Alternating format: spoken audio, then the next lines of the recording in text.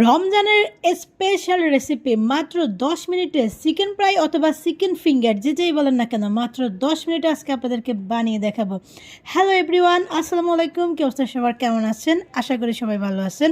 চলে আসলাম আরও একটি নতুন রেসিপি নিয়ে। আজকের রেসিপি হচ্ছে চিকেন ফিঙ্গার।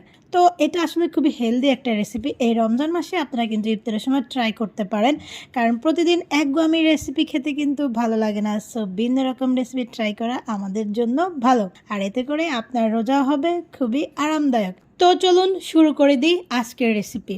এই যে আমি এখানে একটি বাটিতে মুরগির বুকের মাংস নিয়েছি, আর এটাকে আমি এভাবে স্লাইস করে কেটে নিয়েছি। আপনারা কিন্তু আপনাদের পছন্দ অনুযায়ী সাইজ করতে পারেন।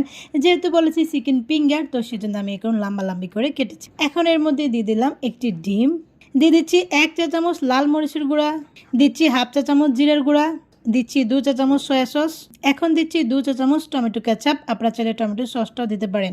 দিয়ে দিলাম 1 টিস্পুন গোলমরিচের গুঁড়া, দিচ্ছি 1 টিস্পুন আদা বাটা, দিচ্ছি 1 টিস্পুন রসুন বাটা, আর দিয়ে দিলাম স্বাদ মতো লবণ। লবণটা অবশ্যই বুঝে শুনে দিবেন, যেহেতু সয়া সসের মধ্যে লবণ আছে। এখন সবগুলো উপকরণকে আমি সুন্দর করে হাত দিয়ে মিক্স করে নেব।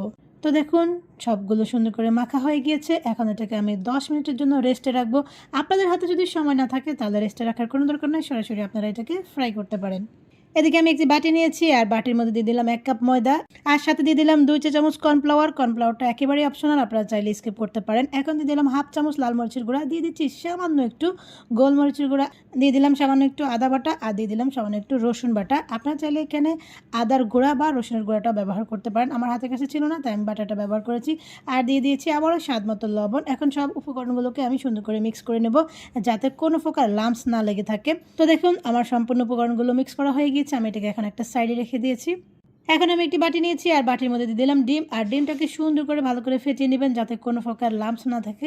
আমার সবগুলো উপকরণ রেডি হয়ে গিয়েছে। এখন চিকেনটাকে আমি আবারও সুন্দর করে হাত দিয়ে মেখে নিচ্ছি। এখন আমি চিকেনগুলোকে একটু কোট করে নেব আর তৈরি করে ফেলবো চিকেন ফিঙ্গার। এই দেখেন আমি আপনাদেরকে একটি দেখিয়ে দিচ্ছি। তো আমি এখানে একটি চিকেন নিয়েছি, আর চিকেনটাকে এভাবে ময়দার মধ্যে দিয়ে দিলাম, আর এভাবে হাত দিয়ে চেপে চেপে ময়দা লাগিয়ে নেবেন।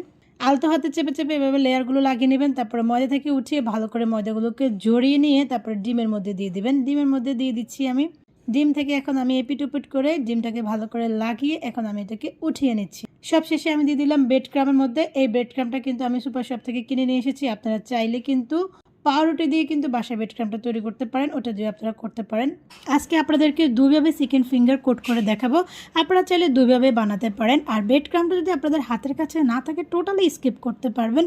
বাট আমি দুইভাবে দেখিয়ে দিচ্ছি, যেভাবে আপনাদের সুবিধা হয় আপনারা সেভাবেই বানাতে পারেন। তো দেখুন আমার চিকেন ফিঙ্গারটা কিন্তু কোট করা হয়ে গিয়েছে, আমি আপনাদেরকে দেখিয়ে দিচ্ছি।